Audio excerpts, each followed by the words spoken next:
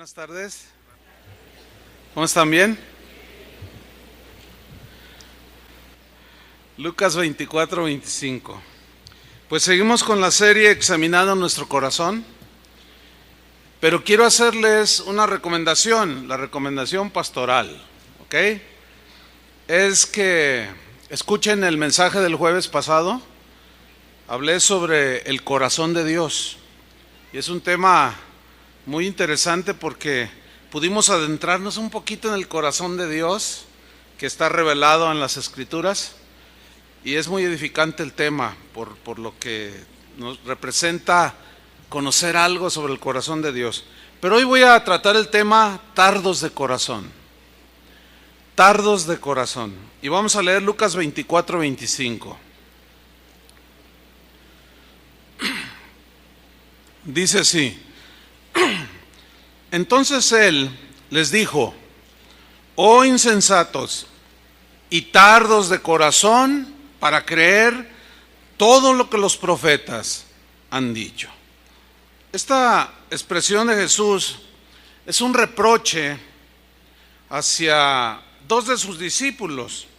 Este pasaje, este texto que estamos leyendo, pertenece a un pasaje, todo el capítulo 24, cuando Jesús, después de haber resucitado, toma el camino rumbo a una aldea que se llamaba Emaús, y en el camino se encontró a un par de sus discípulos que hablaban entre sí sobre lo que había acontecido acerca de Jesús, que lo habían matado y lo habían puesto en una tumba. Entonces Jesús se acerca con esos discípulos y en el versículo 17 del mismo capítulo 24 les dice Jesús: ¿qué pláticas son estas que tenéis entre vosotros mientras camináis? ¿Por qué estáis tristes?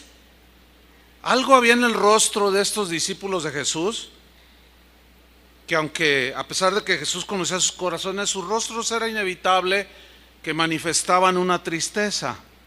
Y les dijo: ¿por qué están tristes? Respondiendo uno de ellos, que se llamaba Cleofas, le dijo, miren lo que le dijo. O sea, no lo reconocieron a Jesús.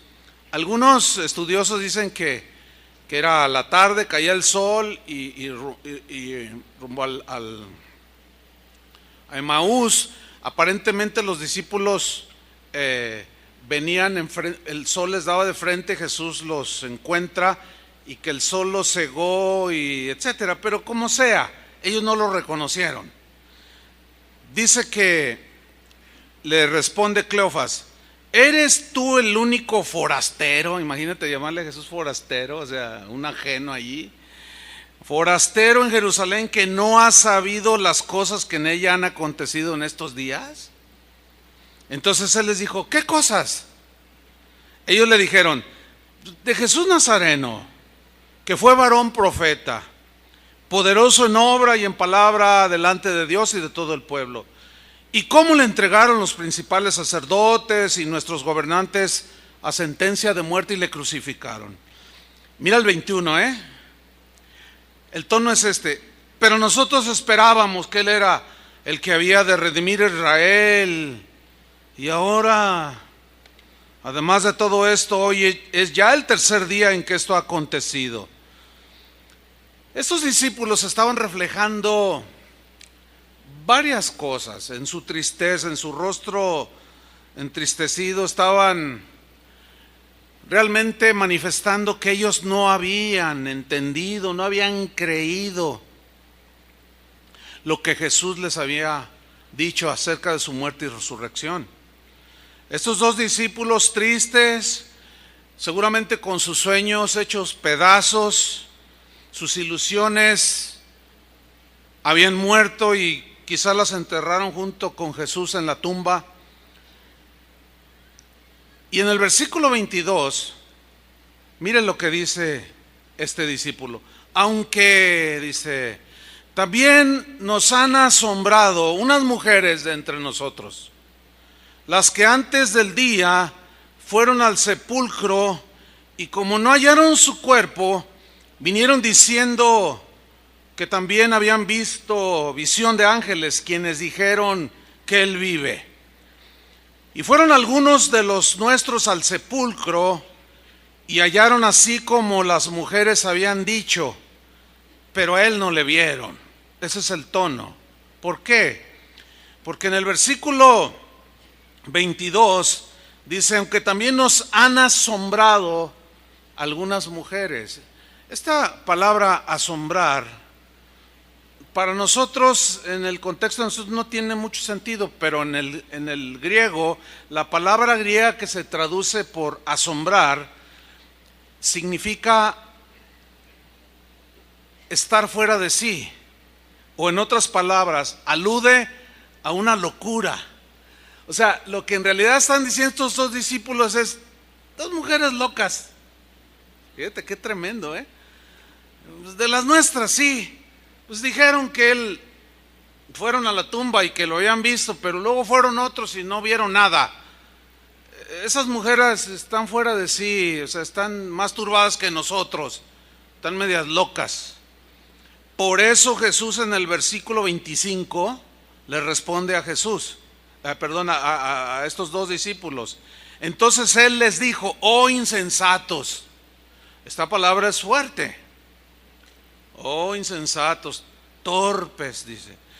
Insensatos y tardos de corazón para creer todo lo que los profetas han dicho. ¿Por qué les cuesta tanto creer? En otras palabras, Jesús le está diciendo, ¿qué pasa en sus corazones? ¿Por qué son tan tardos? Tardos significa lentos. ¿Por qué son tan lentos en creer? Pero luego en el versículo 27 Jesús hace algo muy importante y que a la vez nos da una lección a nosotros. ¿Qué hizo Jesús? Dice en el versículo 27, y comenzando desde Moisés y siguiendo por todos los profetas, les declaraba en todas las escrituras lo que de él decían. ¿Qué hizo Jesús? Hizo algo que nosotros debemos de seguir haciéndolo. Los llevó a las escrituras.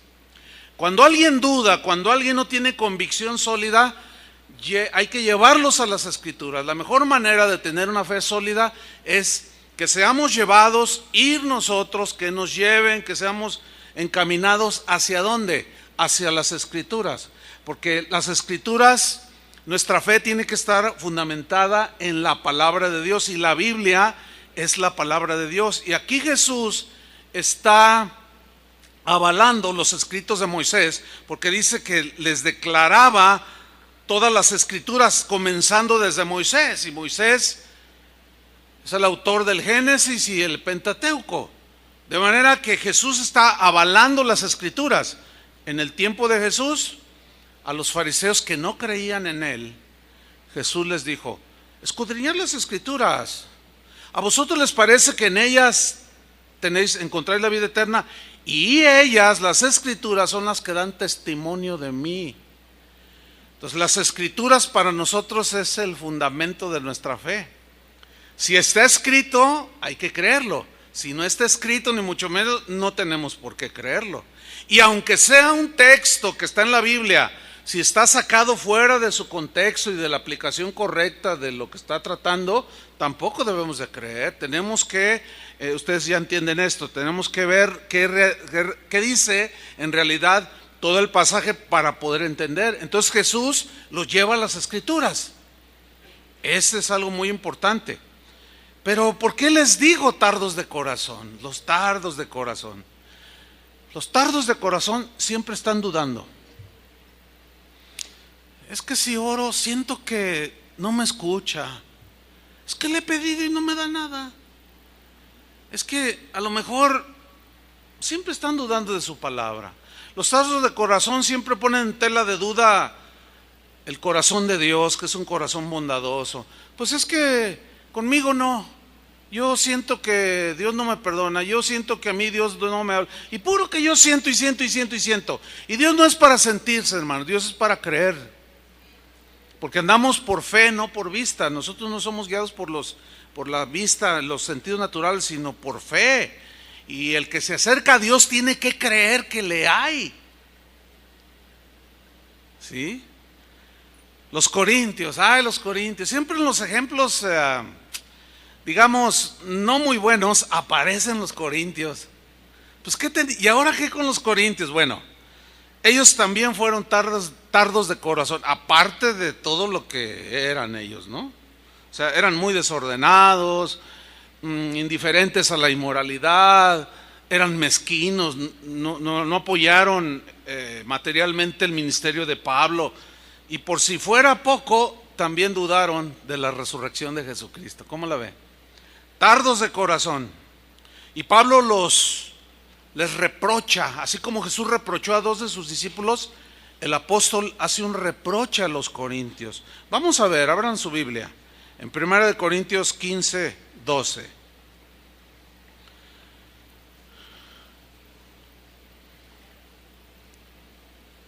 Y les dice: pero si se predica de Cristo, que resucitó de los muertos, ¿cómo dicen algunos entre vosotros que no hay resurrección de muertos? Bueno, para ser objetivos y un poco más justo con nuestros hermanos en Corinto, no todos eran de corazón tardo. Dice aquí que, ¿cómo dicen algunos? Había algunos en la comunidad ahí en Corinto que empezaron a decir: no, eso de la resurrección, eso no es verdad. No, nosotros, ¿cómo van a resucitar los muertos?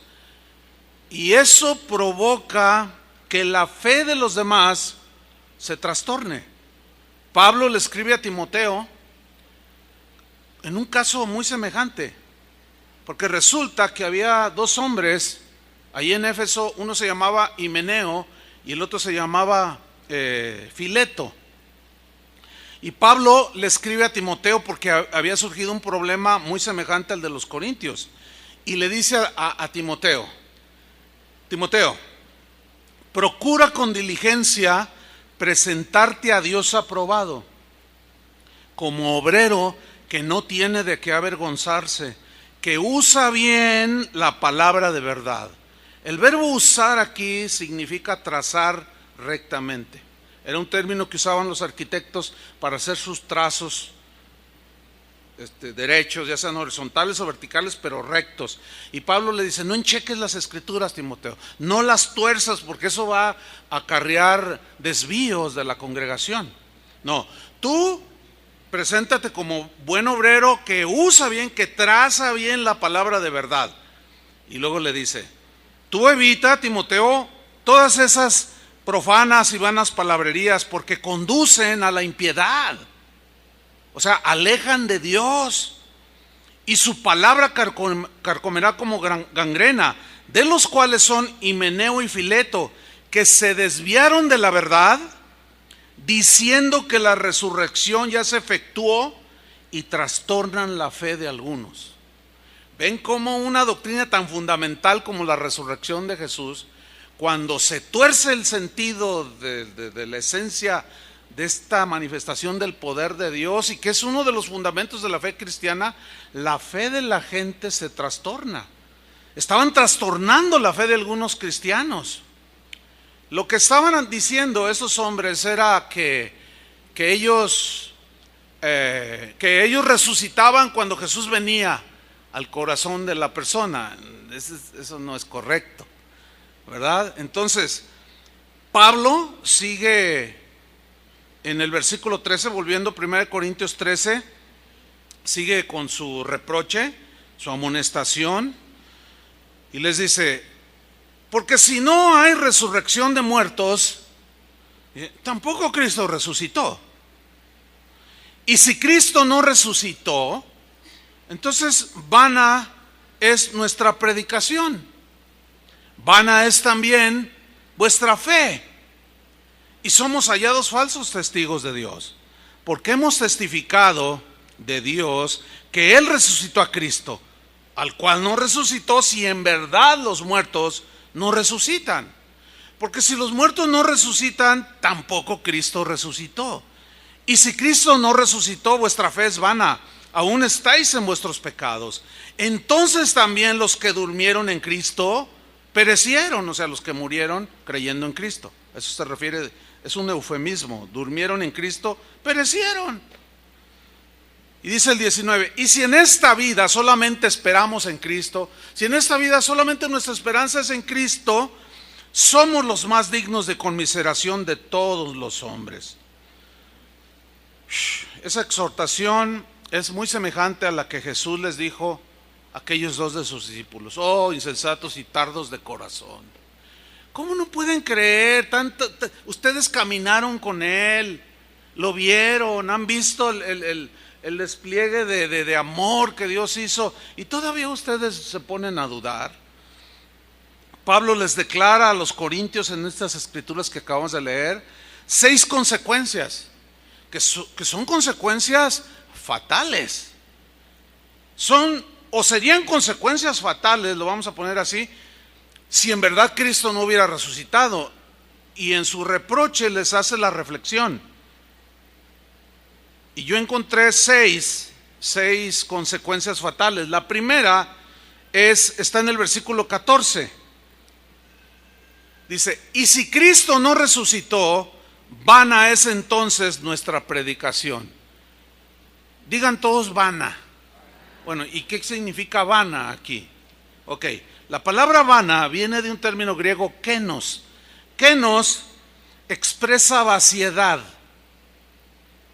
expresa ausencia de sustancia, ausencia de verdad.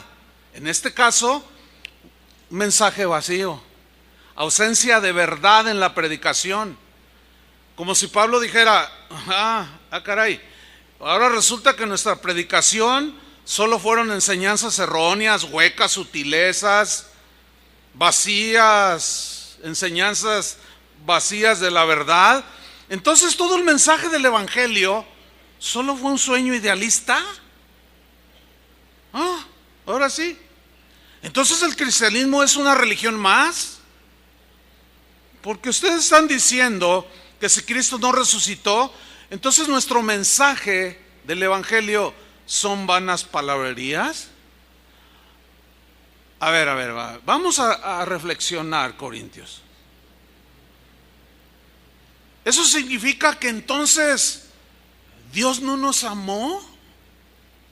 ¿Nos mintió Dios? ¿Nos hizo creer que de tal manera nos había amado y nos engañó? Entonces Dios nunca perdonó nuestros pecados.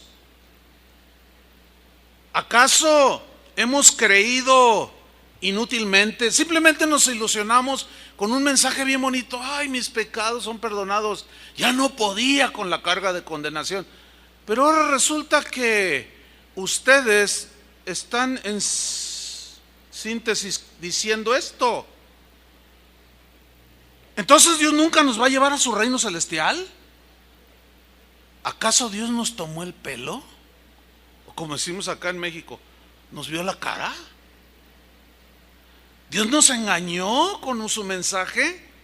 ¿Qué está pasando con ustedes? La segunda consecuencia fatal es que en el mismo versículo 14 dice que también la fe de ellos, por consiguiente, es una fe vana, vacía, no hay sustancia. Entonces, dice Pablo, nuestra fe está vacía, está hueca, no tiene certeza de nada nuestra fe, no hay convicción de nada en la fe que decimos tener. Bueno, entonces yo me pongo a pensar, por la fe Abel ofreció mejor sacrificio que Caín. Pero entonces, ustedes están diciendo que la fe de Abel fue una fe inútil, que el sacrificio excelente que dijo Dios que lo había aceptado. Entonces Dios hacía una especie de teatro, haciéndole creer a Abel que su sacrificio de un animalito inocente que tipificaba a mi hijo, al Hijo de Dios, no sirvió de nada, que todo fue una tontería, que todo fue un sketch. ¿Qué fue? Digo, bueno, yo traté de introducirme al pensamiento de Pablo, ¿no? Así como diciendo también, bueno, ¿y la fe de Noé? A ver, Corintios, la fe de Noé fue una utopía entonces. ¿Qué cosa? Noé, ustedes están diciendo que Noé perdió 120 años de su vida construyendo un barquito. Ustedes están diciendo que por 120 años mientras construía era un heraldo del mensaje de arrepentimiento. No, pues pobre Noé, mejor se hubiera ido a la cantina, se hubiera ido acá, como todo mundo hace, y haber disfrutado la vida. Fe inútil la de Noé, pobrecito. ¿Y qué me dicen del patriarca Abraham? El viejito de 100 años le creyó a Dios, que su fe le había sido contada por justicia. Pobre viejito. Entonces, ¿qué le pasó a Abraham? Se ilusionó creyendo que Dios le iba a dar una descendencia semejante a las estrellas del cielo. Pero algo extraño, porque, bueno, miró a su viejita, que aparte de anciana no podía tener hijos y además era una mujer estéril. Pues hay algo raro allí, porque pues una ancianita ya no puede tener hijos y aparte estéril, y resulta que nació Isaac. A ver, hay algo que no estoy entendiendo de ustedes. Porque si Cristo no resucitó, vana es nuestra fe. ¿En qué está fundamentada nuestra fe? Y bueno, ¿qué me pueden decir de la fe de Gedeón, de Barak, de Sansón, de Jefté, de David, de Samuel y de los profetas? ¿Que acaso todo fue una película estilo Hollywood? Dios se prestó a una actuación, engañó a todo mundo haciendo creer promesas que sabía él que no las cumpliría. Entonces, ¿qué pasó con todos aquellos que por su fe creyeron y conquistaron reinos?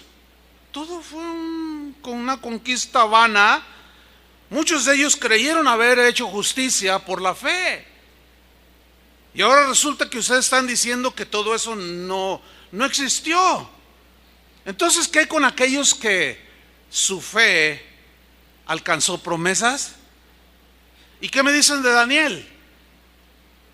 Digo, Dios lo metió en un juego medio macabro, ¿no? Pues te echo ahí delante de unos leones, entonces tú me vas a creer, y que por fe tapó bocas de leones. ¿Qué me dicen de la fe de Daniel? ¿Cómo se prestó? ¿Ustedes se prestarían a un juego así? Era peligroso ese juego, ¿no?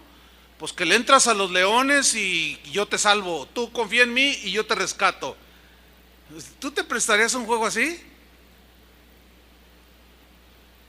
¿De qué sirve apagar fuegos impetuosos? Como dice Hebreos capítulo 11. ¿De qué sirvió su fe y evitaron filo de espada? ¿De qué sirvió sacar fuerzas de debilidad? ¿De qué sirvió su fe para hacerse fuertes en batalla?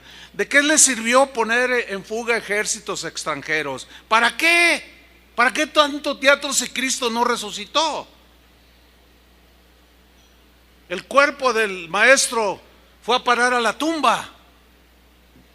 Vámonos, volvamos con Pedro a la barca y tomemos las redes del pasado y sigamos nuestra vida como siempre. Cristo era uno más, un ser humano más. Imagínense. La tercera consecuencia fatal, dice Pablo en el versículo 15, es que entonces todos los que predicamos el evangelio así como ellos lo hicieron, eran testigos falsos, dice el versículo 15, y somos hallados falsos testigos de Dios, porque hemos testificado de Dios que Él resucitó a Cristo, al cual no resucitó, si en verdad los muertos no resucitan. O sea, Pablo está diciendo, entonces yo soy un falso predicador. Resulta que ahora yo soy un falso testigo de Dios porque yo he testificado. Él lo había visto resucitado a Jesús. Dice, como un abortivo se me apareció a mí. Falsos testigos. Entonces mi mensaje que yo digo y que yo doy, decía Pablo, entonces yo les conté mentiras, ahora yo les digo a ustedes, imagínense, a ver, ¿cuántos años tiene viniendo usted aquí o cuánto tiempo? A ver, ¿alguien me puede decir? ¿Cuánto tiempo tienen viniendo? ¿Tú cuánto? A ti te veo desde hace, ya hasta canas tienes, tú. ¿Cuántos años tienes viniendo a casa de oración? ¿Cuántas? 10 años, ya tiene 10 años. Fíjate, por 10 años te he engañado. Te he hecho creer cosas. Porque me has oído decir que el Señor salva, ¿verdad? Que el Señor transforma, que el Señor hace milagros. Si estás enfermo te puede sanar, que tú puedes... Te he engañado. Pobre de ti. Soy un falso predicador. Entonces, si Cristo no resucitó, pues es falso que te puede hacer nueva criatura, ¿no? Si Cristo no resucitó, pues entonces es falso que Él haya hecho milagros. Es falso que Él fue a preparar lugar para nosotros. Y también es mentira que va a volver con nosotros. Nos engañó. La cuarta consecuencia fatal es que, esta es la peor de todas, yo diría, seguimos en nuestros pecados. Dice el versículo 16, porque si los muertos no resucitan, tampoco Cristo resucitó. Y si Cristo no resucitó, vuestra fe es vana, aún estáis en vuestros pecados. Wow. Eso significa que nadie de los que estamos aquí, así haciéndolo actual el texto, absolutamente nadie de los que estamos aquí ha sido limpiado de sus pecados. Pues te tengo malas noticias. Tu adulterio sigue contigo.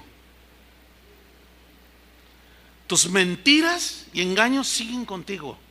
Tus tranzas, como cualquier mexicano, siguen contigo. Tus fraudes siguen contigo. Tus borracheras están contigo. No se han ido. Tus mentiras no fueron arrojadas a lo profundo de la mar. No. Tus rencores te siguen aprisionando tu corazón. Estás amargado, sigues igual, pues tienes cara de... Tu amargura y resentimiento, tu conciencia todos los días es atormentada. Si Cristo no resucitó, sigues con tus pecados. Qué terrible noticia, ¿no? ¿Se imaginan ustedes? La quinta consecuencia fatal es que todos los que murieron creyendo en Cristo, se murieron, perecieron.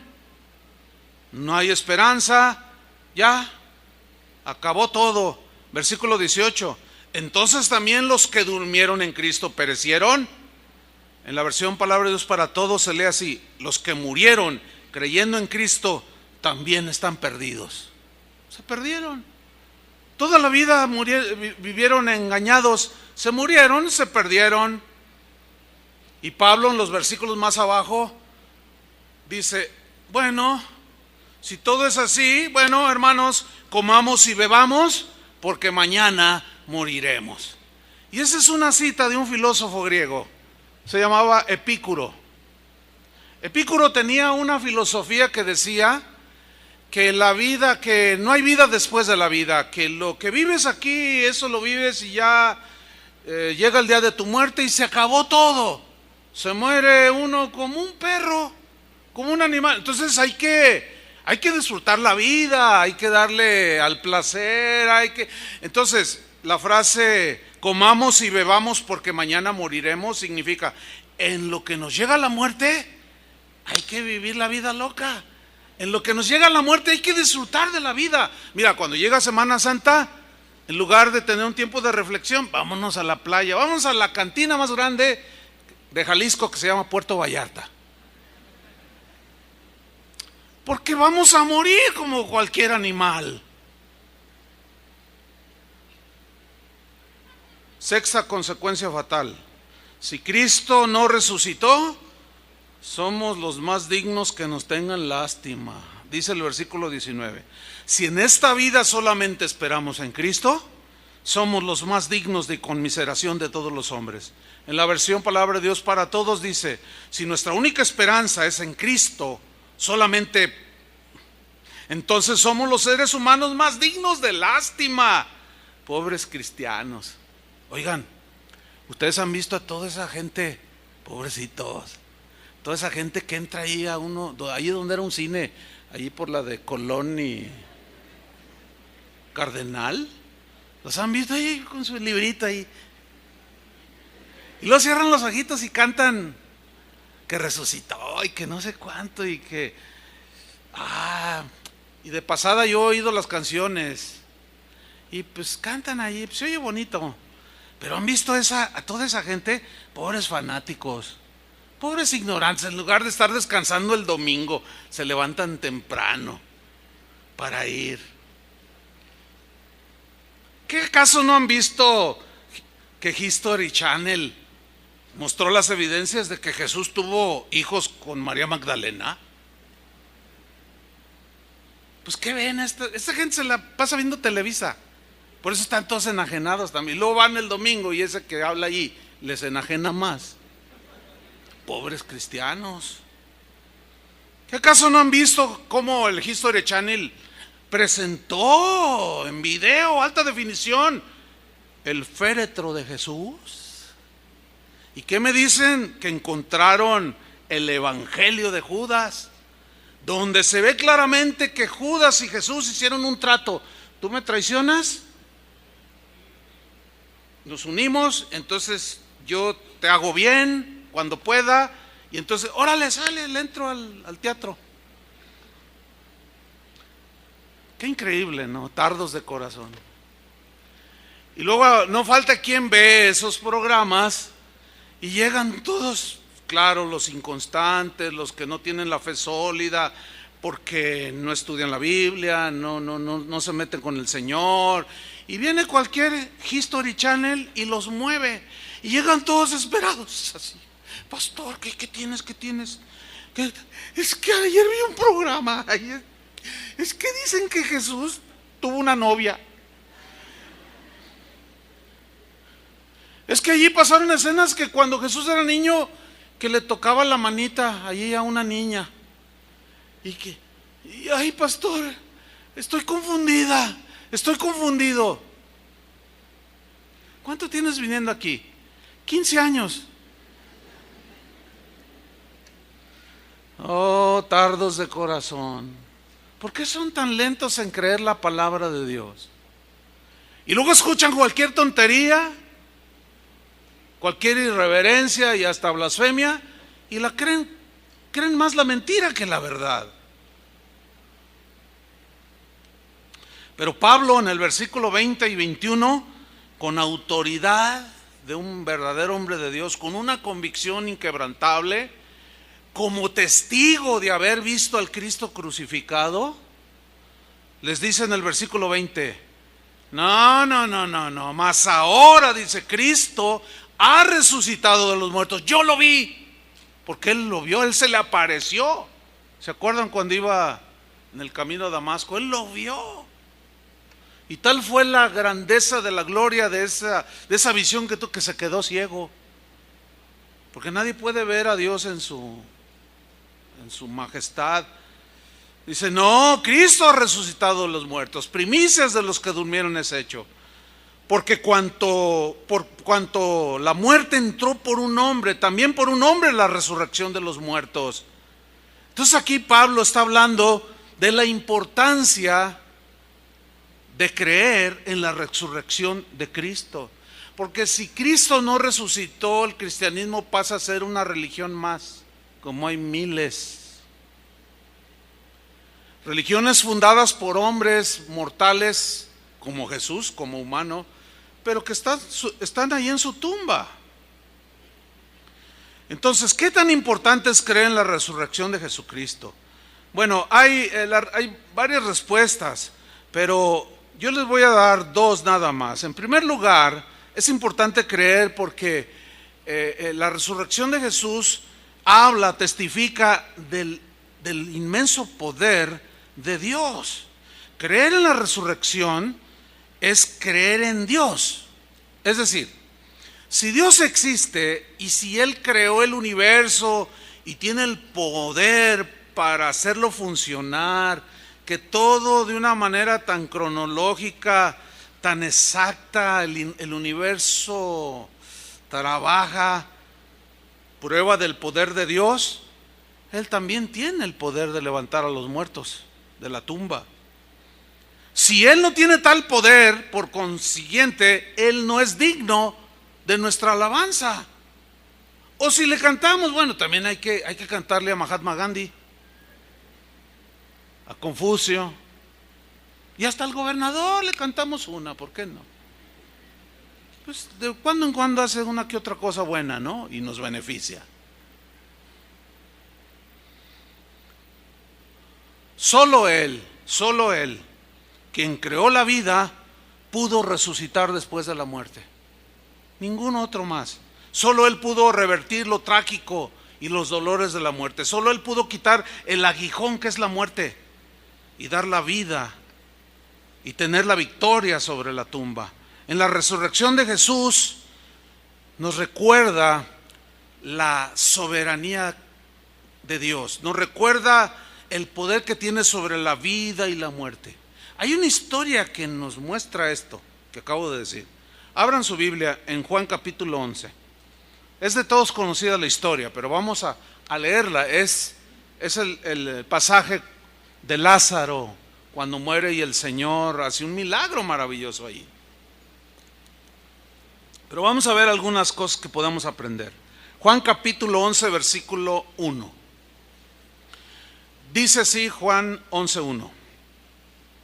Dice que estaba entonces enfermo uno llamado Lázaro. Lázaro era un creyente en Jesús. De Betania, la aldea de María y de Marta su hermana. María, cuyo hermano Lázaro estaba enfermo. Fue la que ungió al Señor con perfume y le enjugó los pies con sus cabellos. Enviaron pues las hermanas para decir a Jesús: Señor, he aquí el que amas está enfermo. Aquí hay varias lecciones, pero yo quiero mencionar nada más una. Que los discípulos de Jesús, los discípulos del Señor, los que creen en el Señor, ¿cuántos creen en el Señor? También nos podemos enfermar. Digo, porque hay doctrinas ahorita hay predicadores que aseguran que el cristiano no debe enfermarse. Y si un cristiano se enferma es porque está en pecado.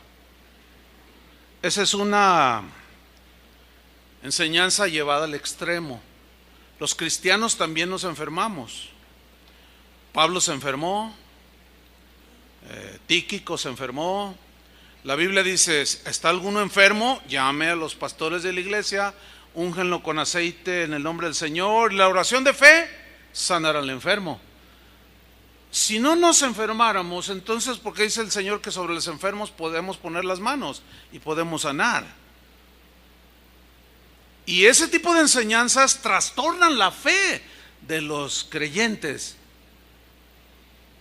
Una vez una persona aquí que aquí asiste, ella es enfermera, trabaja en un hospital, me dijo: pastor, ahí le encargo que ore por un pastor que llegó ahí al hospital, está enfermito, está delicado, dice. Le digo: sí, claro, oramos por él. ¿Cómo se llama? Me dice: ay, no me acuerdo, dice, pero le voy a preguntar y yo le digo. Ok. Y cuando ya nos vimos, me dice: ya sé cómo se llama, y me da el nombre, ¿verdad? Entonces le digo: oye, yo sé que él enseña a eso, que el cristiano no se enferma, pero él estaba enfermo y fue al hospital. Pero dice, ella cuando yo ya le estaba diciendo, me mira y me dice: ¿sabe qué, pastor? Yo le pregunté, ¿y usted de qué iglesia es, pastor? Y luego ya le dijo, ya vi el nombre ahí en la bitácora, y dice: es que vamos a orar en mi congregación por usted, pastor. Muchas gracias. Oye, ¿y a qué iglesia vas? Le dice: casa de oración. No les digas, porque pues el evangelio que nosotros predicamos es un evangelio pues que queremos ser objetivos, ¿no? Aquí dice que un discípulo de Jesús estaba ¿qué? Enfermo, y que a veces nos enfermamos. Entonces él no quería que oráramos por él, porque él decía que el cristiano que se enfermaba estaba en pecado. Qué complejo es eso. ¿Cómo se tuerce la Biblia? Pero ahí vemos a Lázaro que estaba enfermo. Pero sigamos leyendo. Oyéndolo, Jesús dijo: esta enfermedad no es para muerte, sino para la gloria de Dios, para que el Hijo de Dios sea glorificado por ella. Y amaba Jesús a Marta, a su hermana y a Lázaro. Cuando oyó pues que estaba enfermo, se quedó 2 días más en el lugar donde estaba. Se le llega la noticia y él se queda 2 días más. No la atendió inmediatamente. Aquí hay otra lección. A veces nosotros cuando oramos queremos que nos responda ya, aquí y ahora. Y a veces cuando nos ponemos así muy exigentes, y te doy de hoy a mañana para que me respondas. No, sí, tenemos unos desplantes, ¿no? Pero el Señor dejó pasar 2 días más. Ténganlo en cuenta, dejó pasar 2 días. Dice el versículo 7. Luego, después de esto, dijo a los discípulos: vamos a Judea otra vez. Y le dijeron los discípulos: Rabí, ahora procuraban los judíos apedrearte y otra vez vas allá. Respondió Jesús: ¿no tiene el día 12 horas? El que anda de día no tropieza porque ve la luz de este mundo, pero el que anda de noche tropieza porque no hay luz en él. Dicho esto, les dijo después: nuestro amigo Lázaro duerme, mas voy para despertarle. Y mire, los discípulos dijeron: Señor, si duerme, sanará. Y yo me imagino que ellos tienen en mente: bueno, yo cuando me siento enfermo, eso hago yo cuando me siento enfermo. ¿También ustedes? Me duermo. Y cae uno ahí, y se queda uno dormidito, ¿no? Los discípulos pues están en su condición humana, que no podemos ver más allá, que somos tardos de corazón, que no nos cae el 20, que no entendemos, que bueno, pues si nuestro amigo Lázaro duerme, pues pues déjalo, ¿no? Déjalo que descanse y ya va a sanar, porque tome reposo, como dice el doctor, y sanará. Dice el versículo 13: pero Jesús decía esto de la muerte de Lázaro, y ellos pensaron que hablaba del reposar del sueño. ¿Ve cómo no entendían? Y así somos iguales. Somos débiles. A veces sí entramos en esa duda y todo, y a veces nos cuesta trabajo y somos lentos de corazón. Pero sigamos leyendo el versículo 14. Como los oyó que estaban hablando allí, Jesús les dijo claramente: Lázaro ha muerto. ¿Se imaginan el impacto así? ¿Lázaro ha muerto? Versículo 15. Y me alegro por vosotros de no haber estado allí para que creáis. Porque él sabía lo que iba a suceder. Mas vamos a él. Y aparece uno allí de sus discípulos que pues se parece a veces a nosotros, o nosotros nos parecemos a él. Dijo entonces Tomás. ¿Se acuerdan de Tomás? ¿Se acuerdan cuando Jesús resucitó? Que estaban todos tristes los discípulos. Ellos habían visto que lo habían metido a una tumba y estaban todos tristes, estaban reunidos, pero no estaba Tomás, y estaban todos acongojados. Y de pronto entra el Señor allí y se revela a ellos y lo miran, lo ven con sus propios ojos. Y dice el Evangelio: y Jesús les reprochó su incredulidad y su dureza de corazón. Y lo vieron, pero Tomás no estaba. Jesús se va, llega Tomás y le dicen: Tomás, hemos visto al Señor vivo. ¿Cómo dices, Pedro? Que el Señor está vivo. ¿Cómo crees? Si los muertos no resucitan. Y uno que lo había oído, Tomás, nosotros lo hemos visto. Ya están, ¿qué les pasa a ustedes? Y quisieron convencerlo. Dijo: ok, hasta no verlo yo con mis propios ojos, hasta no tocarlo yo con mis propias manos y mirarlo y tocarlo y meter mis dedos en sus llagas y meter mi mano en su costado donde lo traspasaron, porque de eso sí me di cuenta que le clavaron una lanza. Hasta que no meta yo mi mano allí, entonces voy a creer. Y en eso entra el Señor y lo ve Tomás y: Señor mío, Dios mío, y cae postrado allí. Y le dice: ven para acá, mete tus manos ahí. Yo me imagino más o menos la escena así: mete tus manos, mirándolo así.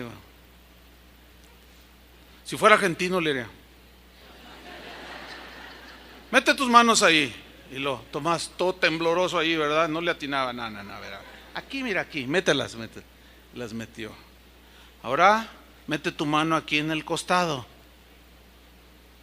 Y Tomás mete la mano y lo toca la herida y cae rendido.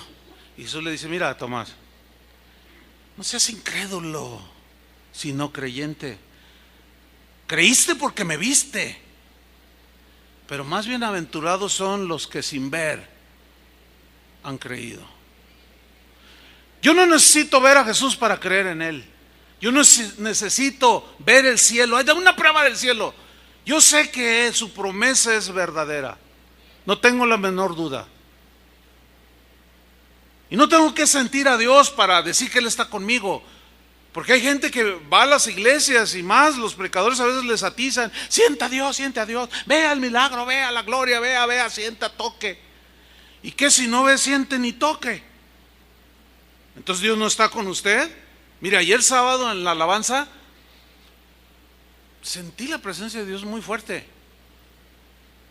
La sentí y bueno, qué bonito es sentirla, ¿no? Pero en la de las 8 no sentí nada, ni cosquillas. Pero como entiendo que el justo por la fe vivirá y que por fe andamos, no por vista, a mí no me interesa andar buscando si lo siento o no. Yo lo adoré como hace rato. Yo también cerré mis ojos y canté. Y al final, ¿verdad? El canto de que cómo lo enterraron, lo pusieron en una tumba y fueron, lo buscando. ¡Oh, qué glorioso! Pero ese Tomás ya dejaba entrever que era un tardo de corazón. Sigamos allí en Juan 11, 16. Cuando Jesús dice: vamos a Él. Dijo entonces Tomás, llamado Dídimo, a sus condiscípulos: vamos también nosotros para que muramos con Él. No, pues no, oye compadre, pues si no alimas, pues no eches más tierra allí al asunto. Y yo veo muy continuo así, gente tan desanimada, gente tan incrédula, porque Jesús lo reprochó y le dijo: no seas incrédulo, sino creyente. A sus 2 discípulos: insensatos, ¿por qué son tardos de corazón? Y los corintios: no, fíjate que Cristo no resucitó. Y ahí en sus reuniones de adoración, no, pero ¿por qué cantas de la resurrección si Él no resucitó? Y yo oí 2 de Pablo y dice: ¿qué les pasa, corintios? Pues vamos y muramos con Él. Y todo el que quiera seguir leyendo, pues vamos para morir con Lázaro. Sigamos leyendo, hermanos, ándale. Dice el versículo 17: vino pues Jesús y halló que hacía ya 4 días que Lázaro estaba en el sepulcro. ¿Por qué se esperó 2 días después de que le avisaron? Para que se muriera. Ay, suena feo, ¿no? Que se esperó Jesús para que se muriera. Sí, se esperó para que se muriera. Porque Él sabía lo que iba a hacer, para enseñarles a sus discípulos, para que tuvieran fe y confianza a la hora verdadera, cuando Él iba a ser muerto. Iban a pasar 3 días. ¿Y qué iba a suceder? Pues pasaron los 3 días, Jesús resucitó y Tomás siguió igual.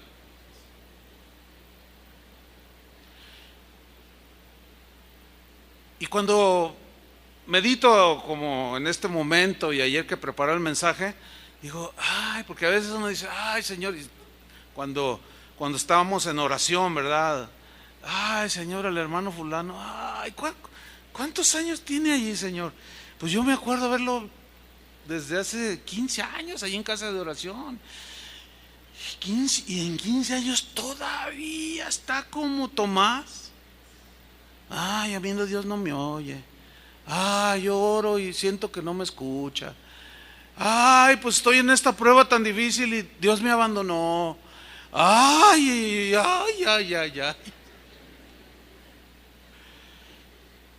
Pero así son las cosas, desgraciadamente. Entonces, Se muere Lázaro, al que Jesús amaba. Dice en el versículo 18, Betania estaba cerca de Jerusalén, como a 15 estadios, y muchos de los judíos habían venido a Marta y a María para consolarlas por su hermano. Entonces Marta, cuando oyó que Jesús venía, salió a encontrarle, pero María se quedó en casa.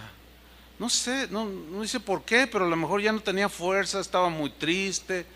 La otra, que siempre había sido un poco impetuosa, ¿se acuerdan cuando una vez entró ahí a su casa y estaba ahí haciendo qué hacer? Y María fue y se postró a los pies de Jesús.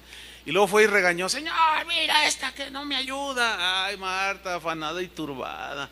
Ella ha escogido la mejor parte.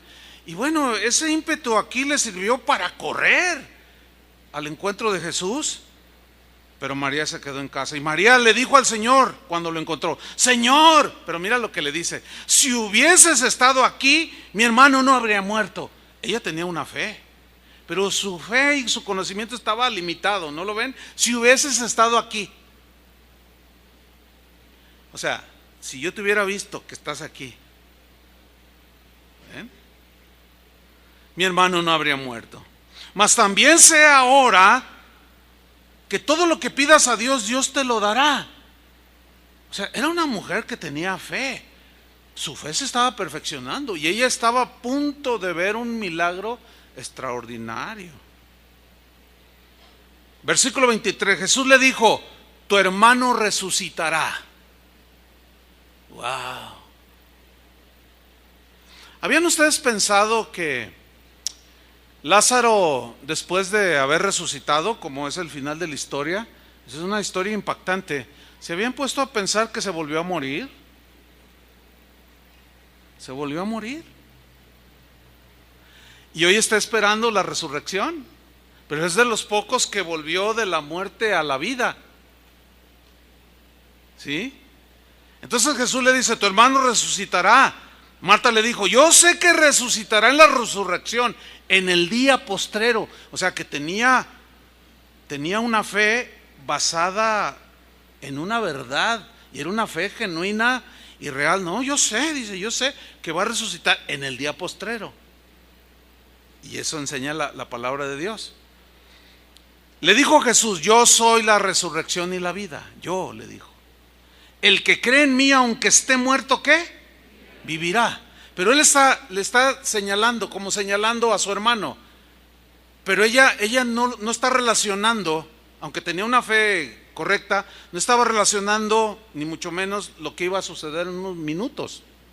Ella dijo: no, yo sé que él va a resucitar, tu hermano va a resucitar, le dice. Pero Jesús sin duda se estaba refiriendo a que en un momento más ella iba a presenciar algo maravilloso. Marta le dijo, le dice Jesús: yo soy la resurrección y la vida, el que cree en mí, aunque esté muerto, vivirá, y todo aquel que vive y cree en mí no morirá eternamente. Y mira el reto de Jesús: ¿crees esto? ¿Por qué es importante creer? Jesús lo mismo le dijo: ¿crees esto? ¿Crees? Le dijo: sí, Señor, sí, yo he creído que tú eres el Cristo, el Hijo de Dios, que ha venido al mundo.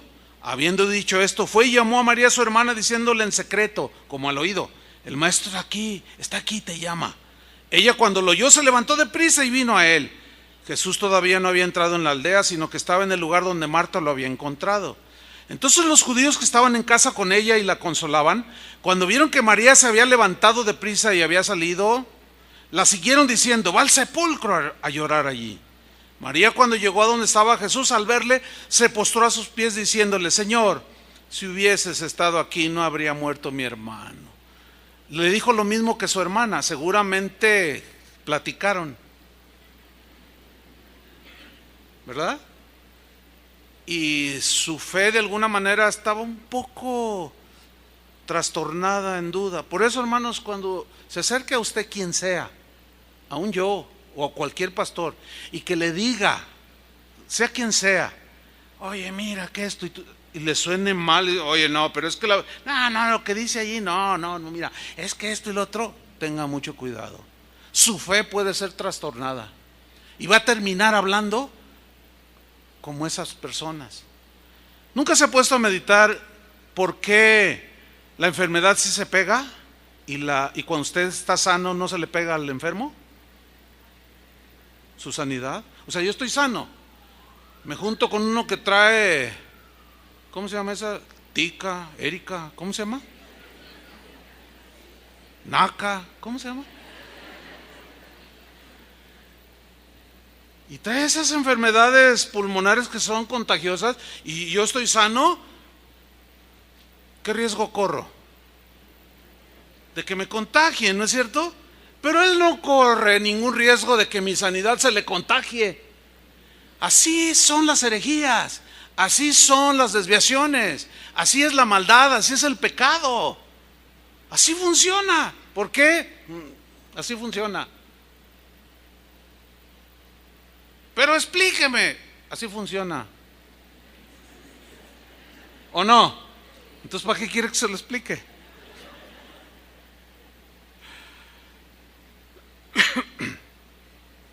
Oh Señor, si hubieses estado aquí no habría muerto mi hermano. 33. Jesús entonces, al verla llorando, y a los judíos que la acompañaban también llorando, mire qué bonito pasaje, se estremeció en espíritu y se conmovió. ¿Sabe qué está haciendo Jesús aquí? Mostrando y revelando su corazón. Jesús, cuando vino a este mundo, reveló el corazón del Padre. Nos mostró el corazón del Padre. De esto yo hablé el jueves, por eso le recomiendo que entre al Facebook de Casa de Oración o a la página y escuche la enseñanza.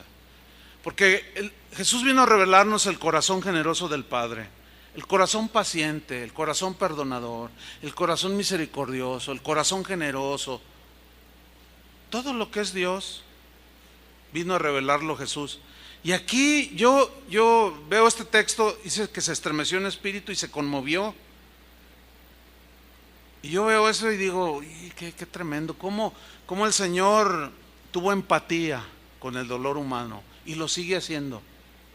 Por eso es que Él prometió estar con nosotros. Dice, no los dejaré huérfanos, aún les enviaré el Consolador, el Espíritu Santo.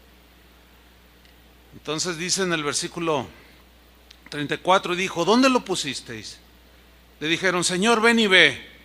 ¿Qué hizo Jesús? Jesús lloró. Ahora yo quiero que piensen unos segundos y trate de imaginar esa escena. Jesús llorando. Jesús llorando. Increíble, ¿no? El Rey del universo, creador, sustentador del mismo, tomó forma de hombre, se identificó con nosotros y vio el dolor que produce el pecado, la muerte. Ahí estaba Lázaro, a quien él amaba, y ve a todos desconsolados. Y se conmovió. ¿Sabe por qué? Porque Él no quiere que perezcas. Él no quiere que ninguno perezca, sino que todos procedan al arrepentimiento. Y esa vida, cuando dice Jesús, de tal manera amó Dios al mundo que ha dado a su Hijo unigénito, para que todo aquel que en Él cree no se pierda. Ese es el dolor del corazón de Dios, que tú te pierdas.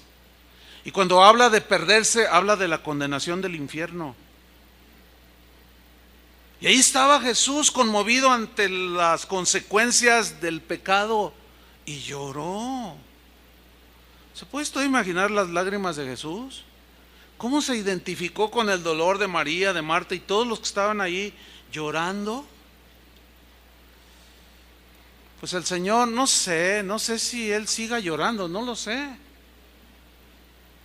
Pero como Él tiene un corazón muy tierno, es muy probable que cuando tú estás en tu dolor y en tu tristeza, Él esté allí contigo, llorando.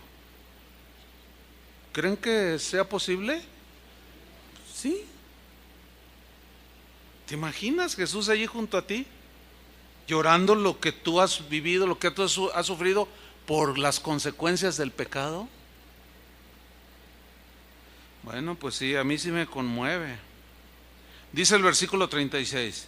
Dijeron entonces los judíos, mirad cómo le amaba. Pero mire, siempre están los tardos de corazón. Y algunos de ellos dijeron, ¿no podía este que abrió los ojos al ciego haber hecho también que Lázaro no muriera? Ay, tú dices, ay, qué tristeza, ¿no? Siempre hay esta gente. Ay, sí, está predicando el evangelio, pero es que esto, no me gusta esto, no me gusta esto. Siempre hay esa gente. Y luego les estás predicando la palabra de Dios. Ay, sí, ahí Jonás en el vientre del pez. Hay paz. Ahora dicen así, hay paz. Usted a veces, no, yo no, la Biblia dice que Jonás entró al vientre de un pez, así dice. Ay, ¿usted cree esa historia? Jesús dijo, como estuvo Jonás en el vientre del pez. Así dijo Jesús, ¿no? Avalando la historia. Más bien no sé si debas leer la Biblia más y además de leerla, creerla. Porque si no fue una historia, ¿por qué Jesús está avalando esa historia de Jonás? Entonces Jesús nos tomó el pelo otra vez. Pues claro que no. Y ahí están estos siempre, que no faltan, ¿verdad? Dice el versículo 38, Jesús, profundamente conmovido otra vez, ahí estuvo condoliéndose con los que lloraban, lloró con los que lloraban. Vino al sepulcro, era una cueva y tenía una piedra puesta encima. Jesús les dijo, quitad la piedra. Marta, la hermana del que había muerto, le dijo, Señor, lleve ya, porque es de 4 días. Jesús le dijo, no te he dicho que si crees, otra vez, fe. No te he dicho que si crees verás la gloria de Dios. Entonces quitaron la piedra donde había sido puesto el muerto y Jesús, alzando los ojos a lo alto, dijo, Padre, gracias te doy por haberme oído. Yo sabía que siempre me oyes, pero lo dije por causa de la multitud que está alrededor, para que crean que tú me has enviado. Y habiendo dicho esto, clamó a gran voz, Lázaro, le dijo, ven fuera. Y el que había muerto salió, atadas las manos y los pies con vendas, esa era la costumbre de ese tiempo, y el rostro envuelto en un sudario. Jesús les dijo, desatadle y dejadle ir. Y dice que muchos creyeron, pero otros dijeron, no, este hombre es peligroso. Y fueron y les dijeron a los enemigos de Jesús, resucitó a Lázaro. ¿Y sabe cómo reaccionaron? Tardos de corazón. Y dijeron, no, este nos va a dividir, nos va a echar encima a los romanos, nos van a destruir el templo, es un enemigo, debe morir. Fíjate nomás.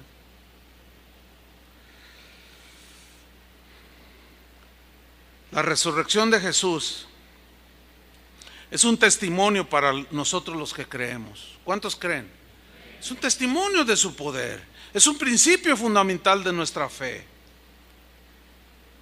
Todas las demás religiones fueron fundadas por hombres, por profetas, o les llamaban profetas, pero al final, el día de su muerte, pues quedaron allí en la tumba. Allí siguen hasta la fecha. Pero nosotros como cristianos somos confortados, consolados en el hecho de que el Dios, nuestro Dios que se hizo hombre, que murió en la cruz por nosotros, que fue sepultado, resucitó y la tumba no pudo retenerlo. ¿Cómo iba a retener un pedazo de tierra o una piedra de 5 toneladas de peso? ¿Cómo iba a poder contrarrestar el poder del Todopoderoso? Imposible.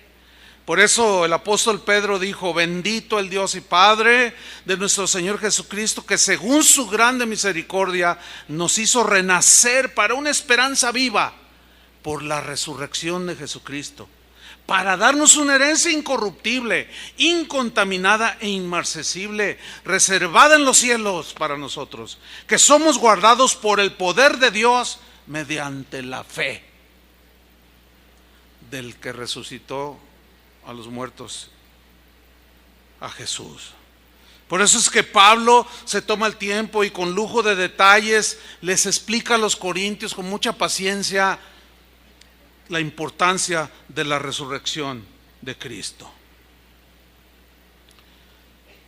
¿Qué estaba pasando con los corintios? Que también, a semejanza de los discípulos de Maús, eran tardos de corazón. Y Pablo tuvo que ser contundente. Si aceptan ustedes esta posición, quiere decir que Jesucristo, si ustedes dicen que Cristo no resucitó, por consecuencia ustedes están destruyendo el fundamento de la fe cristiana. ¿Por qué es tan importante creer? En 7 minutos le voy a dar 4 verdades fundamentales que cambian la perspectiva de la vida y de la muerte, que están escondidas detrás del hecho histórico de la resurrección de Jesús.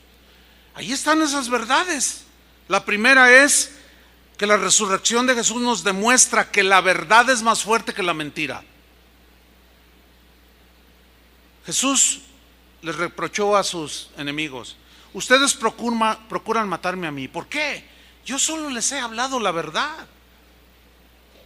Por hablar la verdad, o sea, la verdad siempre confronta la mentira. Pablo dijo a los Gálatas también: me he hecho vuestro enemigo por hablarles la verdad, decirles la verdad. O sea, el que ha decidido seguir la verdad del Evangelio, la verdad de Cristo, se va a encontrar con el otro lado de la verdad. ¿Cuál es lo contrario de la verdad? La mentira. Y ahí hay una lucha. Pero la resurrección de Jesús nos demuestra que la verdad triunfó sobre la mentira. Jesús, al resucitar, nos está demostrando que la verdad, su verdad del Evangelio, fue más poderoso que las mentiras. El apóstol Juan dijo: yo no os he escrito como si ignorases la verdad, sino porque la conocéis y porque ninguna mentira procede de la verdad. Pablo mismo dijo en otra ocasión: porque nada podemos contra la verdad, sino por la verdad. O sea que la verdad triunfa, porque Él es el camino, la verdad y la vida. Nunca se han puesto a pensar, yo siempre y casi siempre en estos días, porque es cuando más atacan a Jesús, pero nunca se han puesto a pensar por qué el History Channel no saca un programa, por ejemplo, de Mahatma Gandhi, por ejemplo. Pues saca que hablaba mucho, amaba mucho a su pueblo y que dio su vida y que bla bla bla, y su filosofía y sus pensamientos humanistas y todo bien, pero nunca hablan del otro lado de la vida de Gandhi, que es historia y todo el mundo tiene acceso hoy, más por el internet. ¿Por qué nunca hablan, por ejemplo, de que él abandonó a su esposa? ¿La dejó? ¿Por qué no hablan que le dio sus cachetadas de cuando en cuando? Nunca dicen nada de eso. Tampoco hablan de que después, cuando vivía solo, se quedaba con una joven ahí en su mismo cuarto y él desnudo. ¿Por qué no hablan de eso? ¿Por qué de Jesús sí? A ver, ¿por qué? ¿Por qué no hablan de Confucio, de Buda? ¿Por qué no hablan de los filósofos grandes que eran misóginos, pero a morir, Decían que la mujer, decía uno de los grandes filósofos griegos, decía: ay, dice, qué bueno que no nací mujer. Pues la mujer, o sea, cero a la izquierda. ¿Por qué no sacan eso? ¿Por qué todo es amor y paz y todo, qué bonito? ¿Y por qué en Jesús sí? Le inventan que tuvo hijos con María Magdalena y que se fue a vivir que a Francia, que no sé qué tanto, que los esenios lo educaron, que les inventan una de... Y pasan los años, y no los años, los siglos, y no los siglos, los milenios, y cada vez le inventan más y lo calumnian más. ¿Por qué será? Pero ¿saben una cosa? La verdad prevalecerá. Amén. Y Él es la verdad. Otra verdad que está escondida detrás de la resurrección de Jesús es que su resurrección demuestra que el bien es más fuerte que el mal. Porque las fuerzas del mal fueron las que crucificaron a Jesús, ¿cierto? Y si Cristo no hubiera resucitado, por consiguiente las fuerzas del mal habrían triunfado. Pero Pablo dice que no fue así. Pablo dice a los colosenses que él anuló el acta de los decretos que había contra nosotros, que nos era contraria, quitándola de en medio y clavándola en la cruz, y despojando a los principados y a las potestades los exhibió públicamente, triunfando sobre ellos en la cruz. Y su perdón cuando estaba en la cruz, que estaban todos aquellos burlándose Padre, perdónalos porque no saben lo que hacen. No, lo voy a decir de esta manera, ese es como la exageración, no sé si sea la palabra correcta, o ya es una muestra del ilimitadísimo amor y perdón de Dios. Perdónalos porque no saben lo que hacen. Y lo estaban escupiendo, y lo habían cacheteado, y lo habían flagelado, y lo habían burlado, y él orando al Padre, perdónalos, Señor. Es que no saben lo que hacen, si supieran lo que están haciendo. El bien es más poderoso que el mal. Y Jesús lo exhibió hasta el último aliento de su vida haciendo el bien. Por eso Pablo una y otra vez escribió: no seas vencido de lo malo, sino vence con el bien el mal. Si te maldicen, bendícelos. ¿No dice así? Si tu enemigo tiene hambre, dale de comer. Si tu enemigo tiene sed, dale de beber. Aún a tu enemigo, si lo ves ahora en la desgracia y te das cuenta y dices: ándele, eso le pasó por lo que me hizo. No.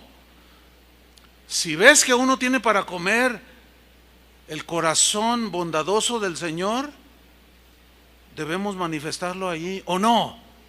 Si no, seríamos como los demás que tienen una religión nada más, pero que no trasladamos al terreno de los hechos lo que decimos que creemos de Jesús.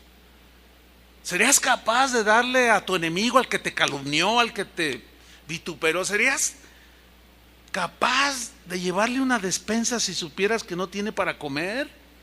Pues, queridos hermanos, ese es el cristianismo. Ese es. Pero ¿quién va a poder hacerlo si no tiene al Cristo crucificado en su corazón? ¿Quién va a poder hacer el bien si no tiene a ese Cristo y el poder de su resurrección se manifiesta para luchar contra el mal? Porque el bien siempre triunfará. ¿Cuántos dicen amén? Y la tercera verdad que se esconde detrás de la resurrección de Jesús es que el amor es más fuerte que el odio. Jesús es la encarnación del amor de Dios. Jesús es amor, Dios es amor, y la resurrección es el triunfo del amor de Dios contra el odio de los humanos.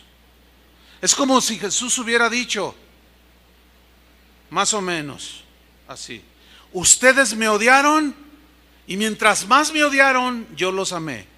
Y mientras más me odiaron, yo los amé más. Ustedes me dejaron, pero yo los busqué. Ustedes me abandonaron, pero yo los perdoné. Ustedes me mataron, pero yo les di vida eterna. ¿Quién puede contra eso, hermanos? Nadie. Y hay un poema muy bonito que sintetiza de alguna manera, resume esto que estoy diciendo. Es un autor anónimo y dice así, yo no soy declamador, pero lo voy a leer así. Dice este poema: oí hablar a dos soldados que bajaban la colina del Calvario, oscura, inhóspita y fría, y uno de ellos dijo: ya es de noche y no han muerto los crucificados todavía.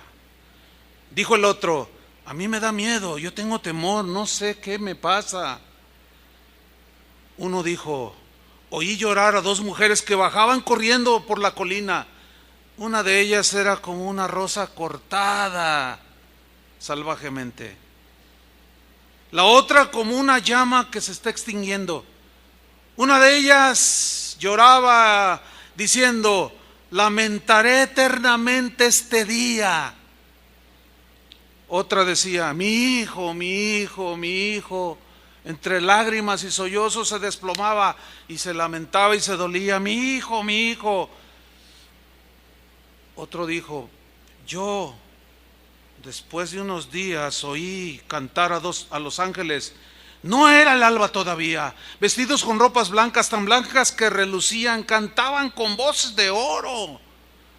La muerte está vencida, cielos y tierra gozaos. El amor vence y conquista, Jesús ha resucitado, el amor de Dios ha triunfado. Es un bonito poema. Y finalmente, la cuarta verdad que se esconde detrás de la resurrección de Jesús es que la vida es más poderosa que la muerte. Amén. Si Jesús hubiera muerto y no hubiera resucitado, Eso significaría entonces que habría quedado muy claro que la muerte había tenido más poder sobre la vida más pura, más justa, más santa, más generosa y admirable y perfecta que el mundo ha conocido. Y que esa mujer llamada muerte, o esa muerte, destrozaría en una cruz a ese hombre tan justo, si Cristo no hubiera resucitado. Pero no, como Él resucitó, se demostró que el poder de la vida, imagínense cómo destruir la vida de Dios, cómo destruir a Dios, cómo vencer a Dios, imposible. La vida tiene más poder que la muerte.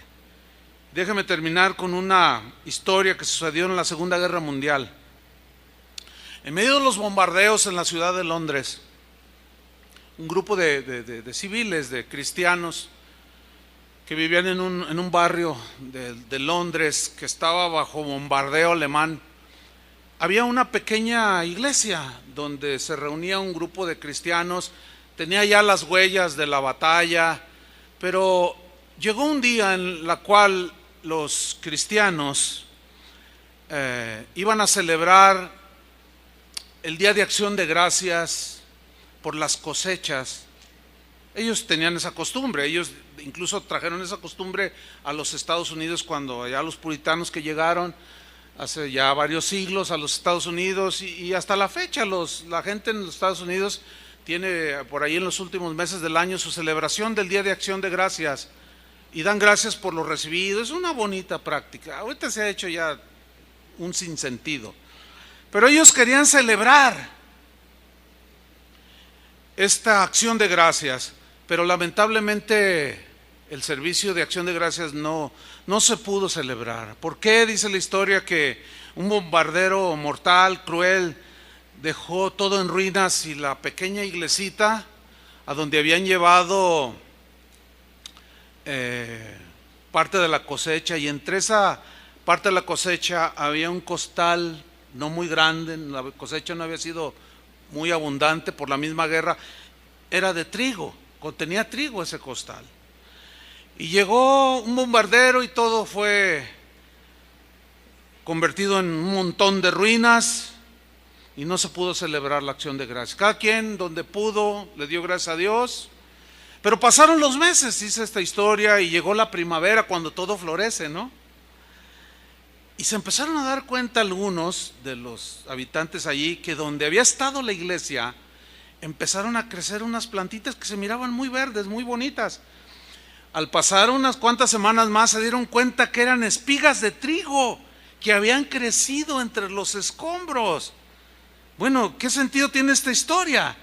El sentido de esta historia es que el poder destructivo de las bombas no pudieron matar la vida que contenían esos granos de trigo que habían traído para un culto de acción de gracias por la cosecha, y florecieron y crecieron.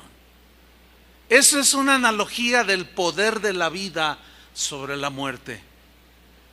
Y la resurrección es la prueba definitiva de que la vida es más fuerte que la muerte. ¿Cuántos dicen amén? Y termino con esta última reflexión. Si analizamos la historia, ella registra muchos hechos increíbles, inimaginables. Algunos, cuando uno se pone a revisarlos o a leer un poco, rayan en lo imposible de lo que es hoy. Por ejemplo, la luz, cuando inventaron, pues ahora sí que el foco, por medio de luz eléctrica, y hicieron prender un foco, eso transformó la historia, hermanos. Ese es un hecho que marcó la historia.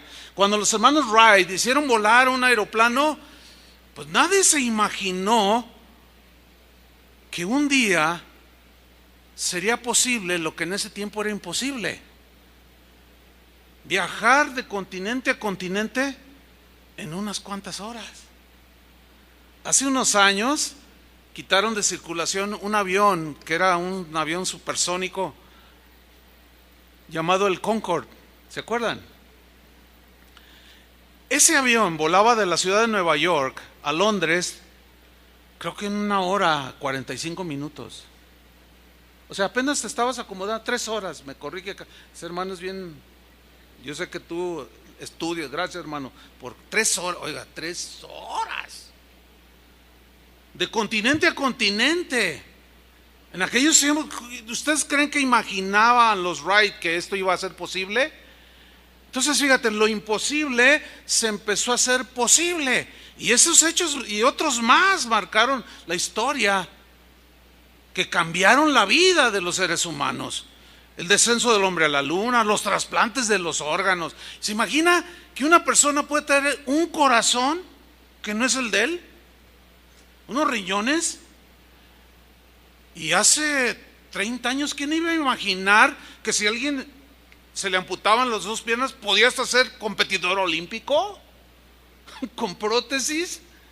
Bueno, todo eso ha cambiado la historia del ser humano, ¿no es cierto? Pero hay un hecho en la historia que quedó registrado, un hecho que también cambió la historia, pero de tal manera que ahora se habla de antes y después de Cristo. Sí, un sencillo carpintero que hizo lo que ningún maestro o líder o gobernante ha hecho en la historia. Bueno, ¿qué pasó? Este carpintero vivió y murió como cualquier otro, ¿sí? Sin embargo, hubo una diferencia muy notoria. Este sencillo carpintero se levantó de entre los muertos y él está vivo. Y porque él está vivo ahora, es que, como dice el himno antiguo, porque vive él, puedo vivir el mañana. Nada más me siguieron el canto los que ya tienen canas. Porque vive él, puedo vivir el mañana. Y Pablo decía, sea que vivamos o que muramos, somos del Señor.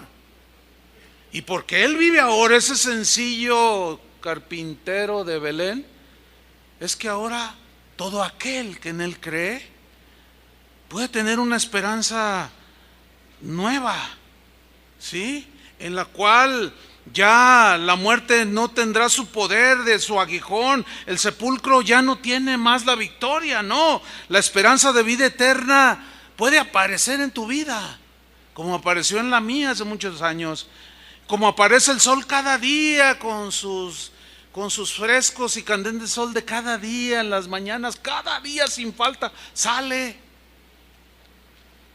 Así es el amor de Dios, hermanos. Pues gracias a Él, mi culpabilidad se convirtió en paz. ¿También la suya? Gracias a Él, mi tristeza y desconsuelo, ahora hay otra circunstancia. Cuando estoy triste, Él me consuela, también a usted, ¿verdad? O sea, no solo cambió la historia, cambió las vidas de aquellos que han creído en Él. Y cuando viene el dolor, podemos decir como Pablo, esta leve tribulación momentánea. Es momentáneo, hermano, lo que podemos vivir aquí en esta vida que nos trae tristeza, porque en comparación con la eternidad, que son 70, 80, 90 años que vivimos aquí en la tierra, no son nada. De manera que, hermanos, sigamos corriendo con paciencia, esperando a aquel que prometió y que sin duda cumplirá, que vendría por nosotros. Pues gracias a Él hoy tenemos la oportunidad. Algunos hoy, otros ya. Yo tuve la oportunidad hace 40 años, estaba reflexionando, ya tengo 60 años. Yo era un joven cuando tenía 20 años, cuando entregué mi vida a Cristo y Él me perdonó y me salvó y me cambió y me transformó. Él me dio esa oportunidad de empezar el libro de mi vida con hojas en blanco. Él escribió y está escribiendo una historia nueva, donde no me condena, porque ninguna condenación hay para los que están en Cristo Jesús. Eso es lo que en mi caso particular me ha mantenido durante 40 años, predicando el mensaje del Evangelio, sirviéndole a Él. Entregué lo mejor de mi vida, de mi juventud, de mis fuerzas, y ahora ya me duele la rodilla y me duele acá. Pero ayer tenía tanta ganas de predicar este mensaje que lo empecé a predicar y lo prediqué no sé, creo que fueron 50 minutos. Entonces le comentaba a alguien, le dije, oye, ayer prediqué bien cortito, ¿verdad? Y dice, sí, y me dice, yo pensé que te sentías mal, o sea, que estabas enfermo. No, no estaba enfermo, aunque me dolía la rodilla y aquí un poco, la espalda. Pero, ¿qué es eso, hermanos? No es nada. Gracias a Él nuestras vidas hoy pueden ser transformadas y podemos empezar una nueva vida por el poder de su resurrección. Amén, hermanos. ¿Quieren adorarlo? Pónganse de pie. Levanten sus manos al Señor.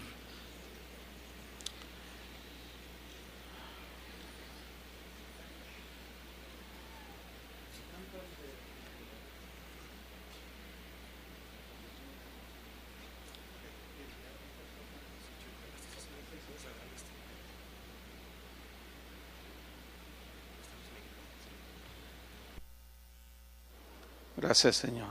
Levante sus manos al Señor. Padre, te damos muchas gracias. Agradecemos, Señor, tu paciencia y la revelación de tu corazón, Señor. La paciencia que nos has tenido, porque en nuestras dudas, nuestra incredulidad, somos tardos de corazón. Perdónanos, Señor. Pero queremos decirte como aquel hombre en el Evangelio, Señor, auméntame la fe, ayuda a mi incredulidad, Señor. Somos débiles, dudamos, pero Señor, tu palabra es confiable. Y haremos bien en estar atentos a la palabra que ha sido implantada. Y tu palabra es muy clara donde se revela tu corazón. El plan maravilloso de salvación. Y te damos muchas gracias, Señor. Tú eres merecedor de toda nuestra alabanza y adoración. ¿Qué más podríamos hacer, Señor, sino entregar nuestras vidas? Cuando vemos que tú la entregaste. Y es cuando entregamos nuestra vida y la perdemos, cuando entonces la ganamos. Te doy gracias, Señor, por la fe que ha sido una vez dada a los santos, a tus hijos. Algunos tienen fe más sólida, otros más débil, pero todos nos has dado una medida de fe. Pero esa fe puede ir creciendo, se puede perfeccionar, puede ir creciendo, hacerse más sólida y fuerte. Ayúdanos, Señor, en medio de la incredulidad del mundo, de la dureza y la incredulidad de corazón de muchas personas. Ayúdanos, Señor, a que nuestra fe en ti nos sostenga, Señor. Cuando vengan los vituperios contra ti, cuando vengan las calumnias contra ti y digan toda clase de mal y que quieran alejarnos de la vida de Jesús, la vida que triunfó sobre la muerte, el amor que triunfó sobre el odio, el bueno que triunfó sobre el malo, el bien que triunfó sobre el mal. Que siempre estemos, Señor, de tu mano. Concédenos, Señor. Guárdanos en el hueco de tu mano. Bendice a cada uno de mis hermanos, Señor. En el nombre de Jesús. Levanta tus manos al Señor y adoremos al Señor un momento. Jesús, que diste todo por amor, dejando mi pasado ahí en una cruz. A ti, Jesús, que te vestiste de la majestad, me viste siendo un pecador sin valor. ¿Cómo yo podré pagar? ¿Cómo yo podré pagar tanto amor si anulaste todo el decreto que había en contra de mí? tú lo clavaste en una cruz y despojaste a principados y potestades, los exhibiste en una cruz, me diste luz. Si anulaste todo el decreto que había en contra de mí, tú lo clavaste